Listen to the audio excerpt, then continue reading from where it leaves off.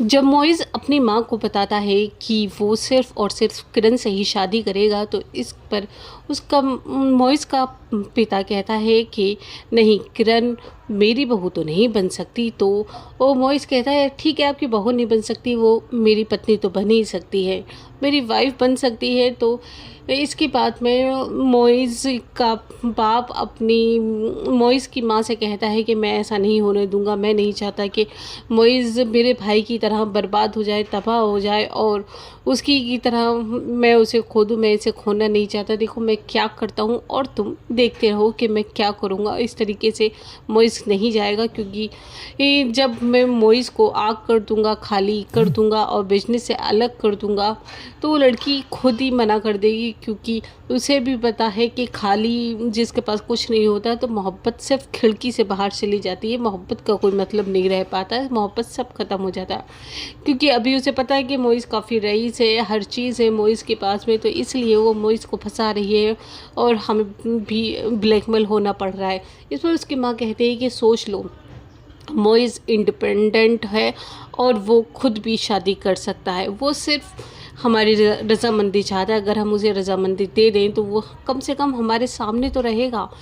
तो ये सारी चीज़ें होती हैं और फिर उसके बाद में मोइज़ का जो पिता है वो फादर तैयार नहीं होता है और मोइज़ ऑफ़िस चला जाता है। ऑफ़िस में मोइज़ की माँ कॉल करती है कि बेटा तुम देख लो, तुम्हारे पापा बहुत ज़्यादा डिस्टर्ब सारी चीज़ों को, और हम तुम्हारे लिए कोई भी अनमैरिड लड़की देख सकते हैं और तुम्हारे पापा तैयार नहीं होंगे। तो इस पर मोइज़ कहता है नहीं मम्मा मैं भी तैयार नहीं हूँगा, मैं सिर्फ़ और सिर्फ अपनी मोहब्बत यानी कि किरण से ही शादी करना चाहता हूँ। मैं किसी और से शादी करने के बारे में अब सोच भी नहीं सकता हूँ, मैं सिर्फ़ किरण से ही शादी करूँगा।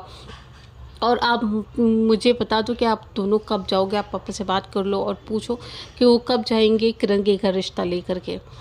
तो उधर मोइज़ किरण को कॉल कर देता है कि कल घर से आ रहे हैं मम्मी पापा, लेकिन किरण वहाँ सारी तैयारी कर लेती है, हर एक अरेंजमेंट कर लेती है, लेकिन जब टाइम हो जाता है तो सिर्फ पहुँचता है मोइज़।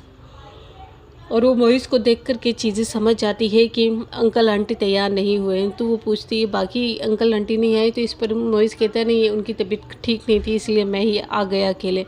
तो वो कहती है कि नहीं तो मुझे सच सच बता दो आखिर बात क्या है, क्योंकि मैं कुछ भी भ्रम में या कुछ भी ऐसा नहीं चाहती हूँ। तो मोइज़ बता देता है कि अभी मम्मी और पापा तैयार नहीं है, उन्हें ऐसा लगता है कि मैं तुम्हारे साथ में खुश नहीं रह सकता और उन्हें ऐसा लगता है कि हम दोनों एक अच्छी ज़िंदगी नहीं गुजार सकते। अगर तुम मेरा साथ दोगी आखिर तक, मैं हर वो कोशिश करूँगा और मैं चाहता हूँ कि तुम मेरा साथ दो। तो इस पर किरण हाँ कर देती है और कहती है कि जब तुम्हारे मम्मी पापा तैयार हो जाएंगे तो हम शादी कर लेंगे। और मैं नहीं चाहती कि उन्हें ऐसा लगे कि मैंने उनका बेटा छीन लिया, और मैं ऐसा बिल्कुल भी नहीं चाहूँगी कि उनका घर ख़राब हो जाए, उनका एकलौता बेटा मेरी वजह से अलग हो जाए और फिर तुम्हें भी कहीं ना कहीं फ़ील हो कि मेरी वजह से तुमने अपने पेरेंट्स को छोड़ दिया और पेरेंट्स को भी फ़ील हो कि मेरी वजह से तुम अलग हो। तो मैं नहीं चाहता।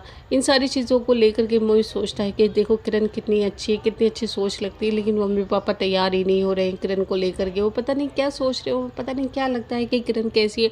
किरण से ज़्यादा अच्छी उन्हें कहीं और कोई लड़की मिल ही नहीं सकती अपनी बहू के रूप में, लेकिन उनके दिमाग में क्या ही चल रहा है पता ही नहीं चल रहा है। इस पर मोइज़ सोचता है और कहता है कि किरण तुम मेरा आखिरी सांस तक साथ देना, मैं पूरी कोशिश करूँगा हम दोनों की कि हम दोनों मिल जाए और मुझे मेरी मोहब्बत मिल जाए।